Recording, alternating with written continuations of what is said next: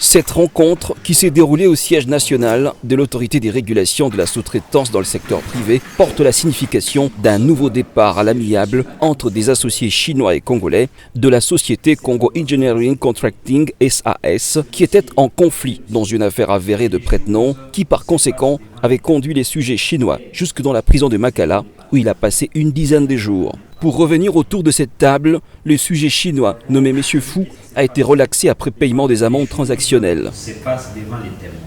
Cette séance présidée par le directeur général de l'ARSP, Miguel Cachal, a privilégié l'intérêt commercial des deux parties. En présence d'une commission de la FEC, des représentants de TFM et Qui s'en fout, deux sociétés principales qui ont accordé des marchés estimés à 60 millions de dollars américains, M. Fu a finalement accepté de signer conjointement un acte transactionnel pour mettre fin à ce litige et remettre les trois Congolais dans leurs droits tels que la loi sur la sous-traitance le prévoit, 51% de part pour les autochtones et 49% pour les expatriés. Ce problème a été porté à l'attention de l'ARSP qui, dans ses attributions, a le droit de remettre les pendules à l'heure. Et c'est ce qui s'est passé.